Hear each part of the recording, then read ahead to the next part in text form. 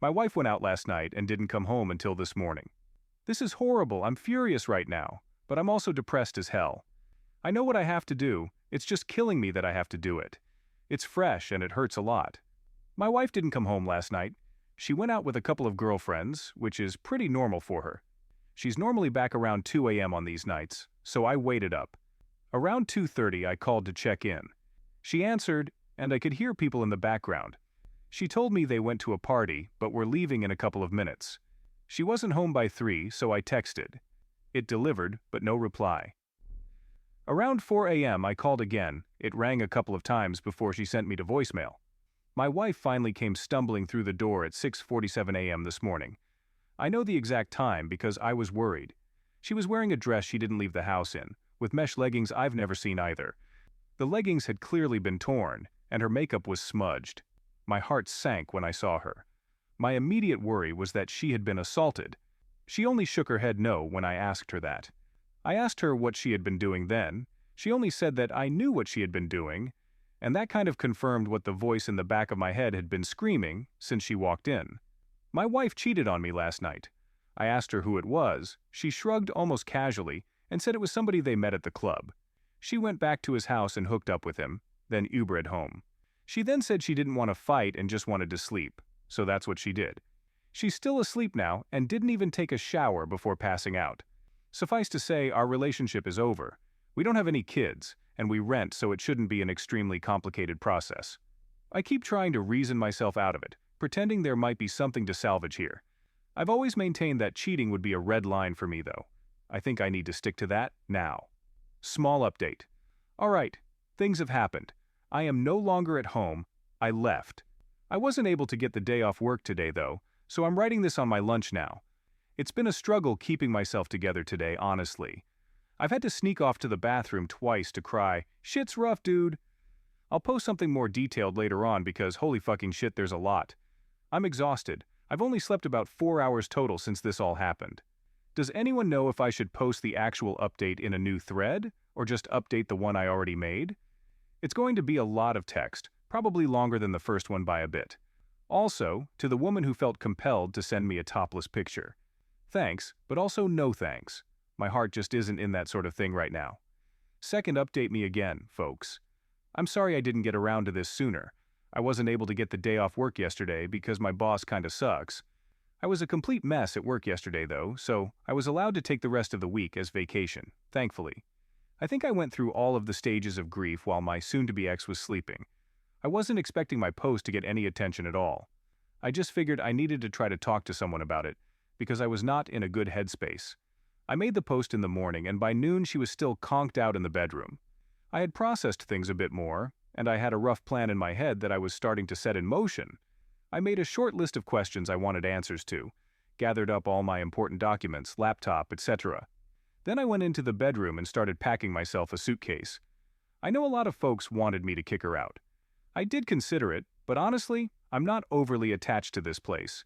We just rent, and I'm in a lucky enough situation to be able to say that paying half the rent for a few months isn't going to financially end me. It'll sting a little bit, I won't lie, but I'll make it, and I feel like being around this place is only going to remind me of her. Anyway, I need to be looking forward, not back. She ended up waking up about halfway through me packing my suitcase. There was momentary confusion as she looked around the room. Then she just started bailing. Maybe this is awful of me, but I didn't bother comforting her. I told her I had the screenshots of her Uber and text messages from her phone, and that plus her confirmation was enough that things between us were completely done. She didn't answer me, and just cried louder. I debated trying to continue the conversation, but I decided to just pack the rest of my suitcase and head back out to the living room, until she came out. Don't forget to like and subscribe for more stories like this. When she finally left the bedroom, she sat next to me on the couch and asked me if we could talk things through. I told her as calmly as possible that wasn't how things were going to work. I was going to ask questions. I wanted honest answers.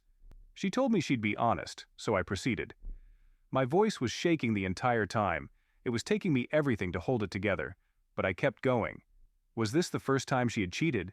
She started crying before she answered that, then told me no. She had cheated on me multiple times over the course of our relationship. It was, and I'm going to use her words, exactly here. Just sex, a way for me to let off steam. None of it ever meant anything. I wrote a comment shortly after making my post that all the love couldn't just fade away in one swoop. Well, it can. It hit me right then that I wasn't dealing with my wife. The person I was married to literally wasn't in the room. This was someone different. She refused to tell me exactly how many times she had cheated, just more than last night. Had she used protection? No hesitation from her before she nodded her head emphatically. She seemed surprised I'd even ask that. I'm still going to get tested just to be safe. I did some research into timing, and I'm going to look after it.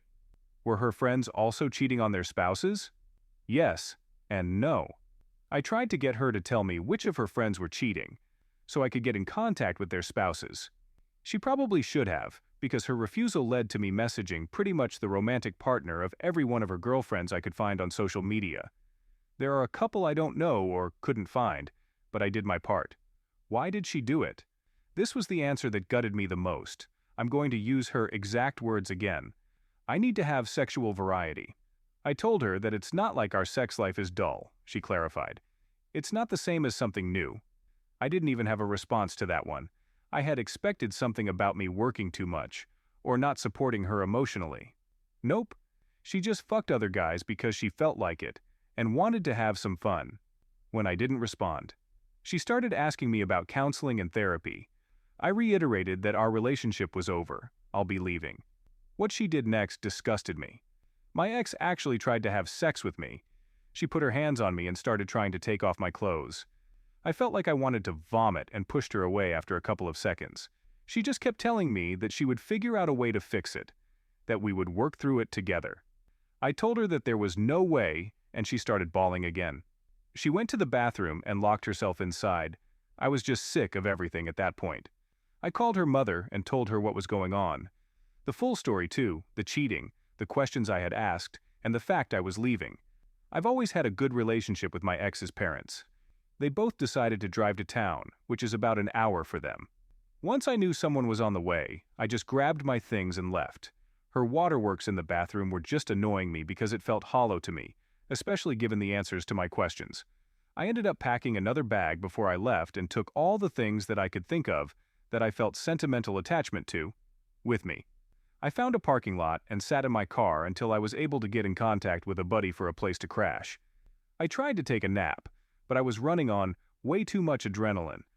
I knew when her parents had made it to the apartment because she started calling me.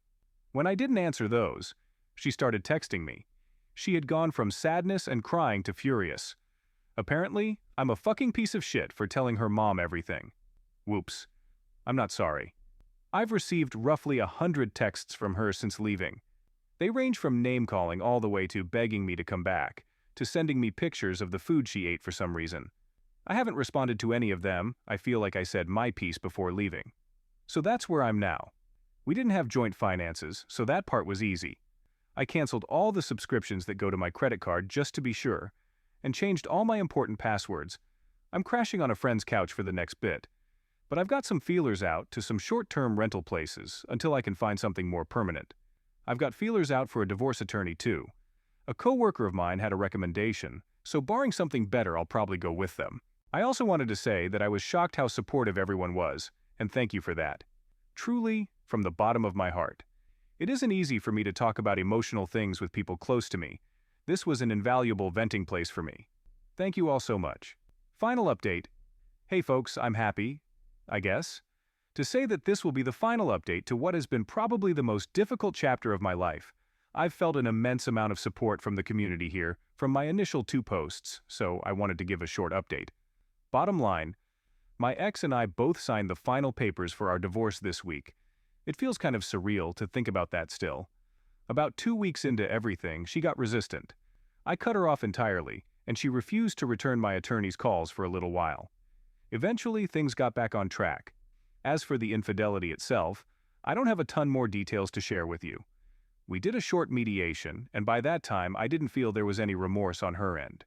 I've talked about that a lot with my therapist. I'm in therapy, by the way. It still hurts that someone who I thought loved me could have apparently cared about me so little, but I'm working through it. That's really all I've got to share.